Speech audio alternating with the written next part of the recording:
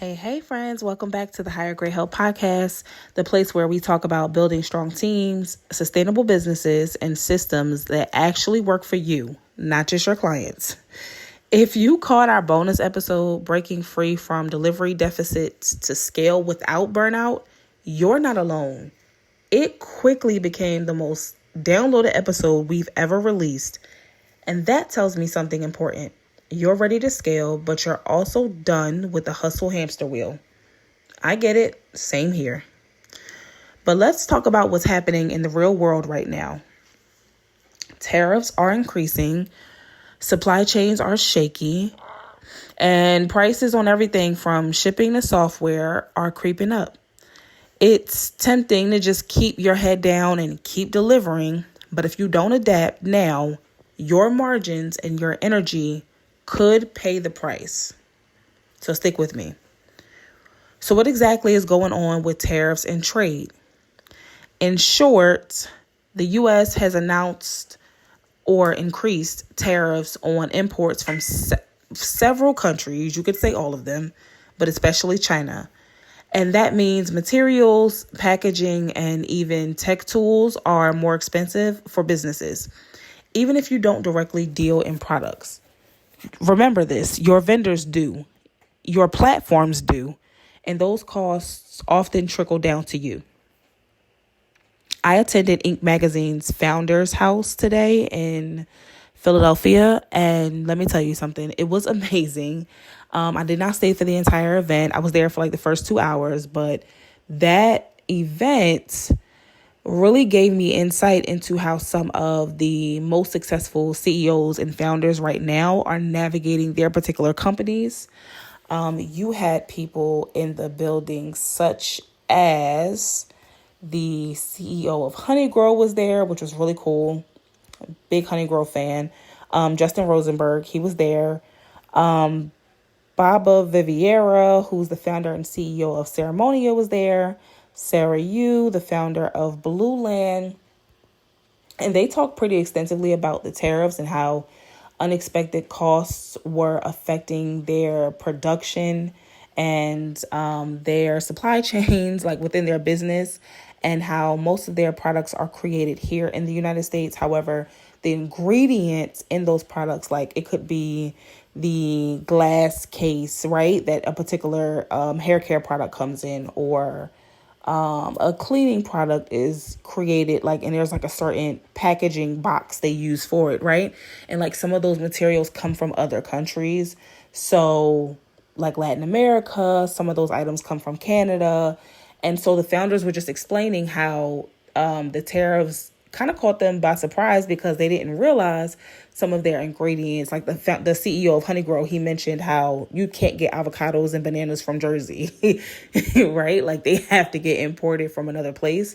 So those unexpected costs definitely affect their bottom lines.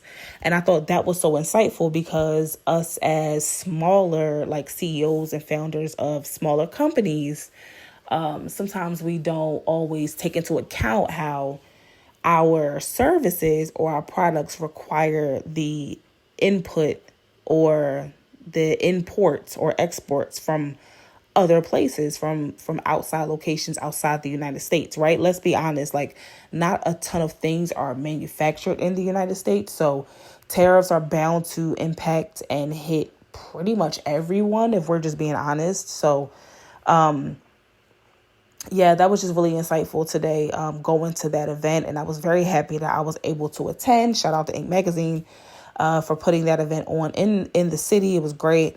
And so that just kind of inspired me to do this episode today where, I want you to explore your margins. So let's talk about it, right? The result of these different administrative changes is what? Service-based businesses are seeing tighter margins, and product-based businesses are feeling the pinch on both ends.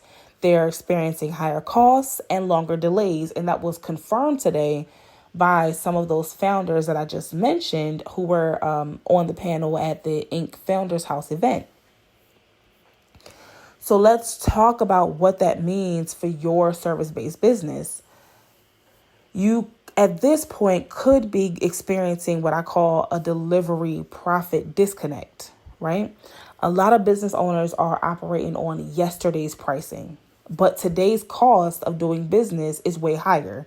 And that means you're working harder for less. Now, don't get me wrong. I am not a fan of passing on higher costs to your customers. I just think, I don't know, call it my giving heart or whatever it is. But I just think it's really unethical when companies consistently just pass all of the costs they experience on to their customers. They don't eat any of the costs or any of the risks. I understand business is made for profit. I've had several businesses. I understand what the purpose of it is. But I don't think the best strategic move is for you to instantly pass cost on to your customers just because you're feeling a pinch, right? Like, it just doesn't make sense. However, here on the Higher Grade Health Podcast, we have always talked about removing you from being the first point of contact for clients when you are the founder, when you are the face of the brand, when you are the CEO, the owner, or the creator, right? We have to get you out of a position where you are the person who is doing all of the client-facing work. You cannot be the first point of contact. We want to remove you from the day-to-day operations. That is the point. That's what we're doing here, right? So if you're now, if you're still, or let me say it this way, if you are still in a position where you're on the front lines, you are still the person booking calls, talking to clients, wearing all the hats, doing all the work, and you're now working harder to make less money, that is a pure recipe for burnout. So maybe you're offering high-touch services without revisiting the cost of your time, your software, or your team. Or maybe you're shipping a physical product that used to cost $5 to package, but now it's $7.50 to package. Those small increases in your time, in your energy, in your software, your team, and your pricing add up really fast. Small increases add up fast. And here's the dangerous part. Many business owners try to compensate by doing more, right? More deliverables, more bonuses, faster turnaround, and that's a fast track to burnout. I've always spoken against that here on this podcast. I want you to experience time freedom while you're earning a comfortable. It doesn't even have to be significant. Yeah, that's the goal. You want to have growth. You want to experience, lucrative months, income you've never earned before. Sure, that's the goal. But that's another thing I took away from the Inc. Founders House event today, is that a lot of the founders there, as a matter of fact, there was a panel where they talked to health tech founders. And I'll name a few. So you had Vitalize Health, Amir Al-Najjar was there. Amazing panel. I think his company did like $4 billion in 1 year. And he was named Inc.'s business of the year, I think in 2024. So he was on the panel, and Fullenwider, the CEO of Alloy Women's Health, who's championing women in menopause and the health care that they need to receive. I think she said something like less than 4% of women who are experiencing menopause actually receive the care they need. So that was eye-opening. And then Brigham Hyde from Atropos Health was also there. And that particular panel talked about what it felt like to experience hyper growth and how a business can only go through growth. I mean, think about it. You have a company that does $4 billion in 1 year, right? That's probably phenomenal. You celebrate it. You could never imagine you would hit that. But that hyper growth where you keep growing. And actually the CEO of Honeygrow talked about this too, where if you keep growing and growing, eventually you have to pull back. It's okay, we've done the growth. We've accomplished that. Now we need to sustain, right? Or we're going to go out of business from so much growth. Too much growth can put you out of business. That's a real thing. And it was refreshing to listen to the founders talk about that, how too much growth can put you out of business. And I've heard other business coaches and people in this online coaching space talk about that before too. But growth is the goal for so many people, but you don't realize that hyper growth is a recipe for closing your doors. So sometimes we go into this mode where if we just overcompensate and we do more while we're earning less as CEOs, somehow we equate that to it's going to trigger like our hyper growth, but it's not. It's actually the opposite. That's a fast track to burnout. And you want to keep in mind, like, your business, it's like a child, right? It should go through healthy phases. It should go through healthy phases of growth, of sustainability, of maintenance. Sometimes you want to pull back because you need to refine, you need to reflect. So I'm just trying to pull you into, the mindset of some of the things that I learned from the panels today. It was very refreshing. And that was one of the main things. So what can you actually do if you find yourself, overcompensating, right? By delivering more, but you're earning less because your customers are feeling the pinch of the tariffs, of the increased prices, of the increased groceries, whatever it is, right? So what can you actually do? And this is something I found really since, I wouldn't even say since COVID. I would say since before the pandemic. Truthfully, I've walked clients through this process where auditing your pricing and your packaging is typically like first on the list. And within my signature program, Exponential, this is the process that we go through. It is the first thing you go through once you've been onboarded and once you understand how the program itself works. Immediately, we go into auditing your pricing and your packaging because you have to do that ever so often to continue to make sure that the product that you've found market fit with still serves like the purpose that you have for the business. So if you are in a growth phase, your pricing and your packaging needs to fit that. If you're in a sustainability phase, your pricing and your packaging needs to fit that. If you're on a path where you're pulling back a little bit because you want to refine, you want to restructure, you want to rework your business model, you've achieved like a solid customer base and you're not so much as focused on brand awareness anymore, but you're trying to take your existing customers like to a higher level. Maybe you have a referral network. Maybe you have a fan base where you have a segment of your customers who are referring consistent new clients to you, and now you're working with that. So depending on like where you are in the business, which one of the 4 phases of business you're in, it makes sense. It makes sense in each phase. And I would even say multiple times a year to rework your pricing and your packaging. This is the first thing we do when you come inside of my coaching program. So first things first, right now, I'm going to preach what I've always preached to my clients. Audit your pricing and your packaging. Ask yourself, is this still profitable given the real cost of delivery? Write that down. Is this still profitable given the real cost of delivery? Okay. Second, look at your delegation strategy. Are you outsourcing tasks that take too much time, cost too much, or don't actually move the needle? And I would even suggest that you scratch some of that. So if it costs too much for you to implement it and it's not contributing to your bottom line, can you exit right now?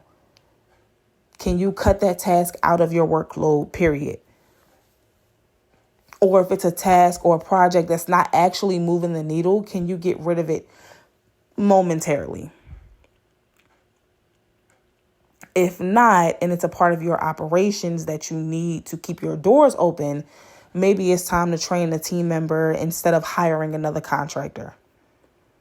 Can you delegate it to an existing team member so it does not cost your bottom line more expenses? Next, build in buffer time and communicate delivery expectations. Okay, unpredictable times, such as the ones we live in, require flexible delivery systems. You need flexibility, okay? So build in buffer time, communicate delivery expectations to your clients, to your vendors, to your partners, and make sure that you are baking in flexibility in your delivery systems right now. Because day to day, we do not know what's going to be announced in the news. We don't know what's coming. We don't know what's going to happen. And a lot of us kind of have that feeling of like impending doom. I know you've like maybe seen that on TikTok or whatever. We just don't know what's happening. We just don't know what's coming. And you need to be upfront with everyone who has a hand in your business just to say, listen, flexibility is imperative right now. Also, as always, consider automation. If you're still manually onboarding clients, what are we doing? If you're still manually sending voices, why? If you're still manually following up with people, stop, please. You need your time for strategy, not clicking buttons. And finally, if your business is growing and you're maxed out, don't wait until you're exhausted to get help, okay? Hire for capacity, not just emergencies. Very important that I say that. Reach out to my company. We have resources for that. We can help you go through the process. We can help you add a team member to your organization. Reach out to us if you need help hiring for capacity, not just emergencies. Or if you do want to go through our coaching program to refine your business model, your pricing, your packaging, if you want to refine, for your marketing and for where you currently stand in the marketplace, we can help you with that as well. One more thing I want to mention. I want to leave you with this. Tough economies don't have to break your business. They can shape a stronger one, and the pandemic proved that to us. So instead of slashing your prices or hiking your prices and pricing your customers out or ghosting your clients out of overwhelm, lean into your systems. Focus on retaining your best clients by offering consistent value and stable delivery. Protect your margins now, and you'll scale from strength, not survival. Okay, here's the takeaway from this episode. The economy is shifting, okay, in a big way, but you don't have to burn out trying to keep up. Revisit your pricing, refine your systems, delegate smart, and always build with profit and peace in mind. You know I was going to say that. If this episode hit home, share it with another business owner navigating change right now. And if you're ready to build or optimize a team that helps you scale sustainably, reach out. I'd love to support you. Until next time, keep leading with purpose and building with power. I'll see you for the next episode.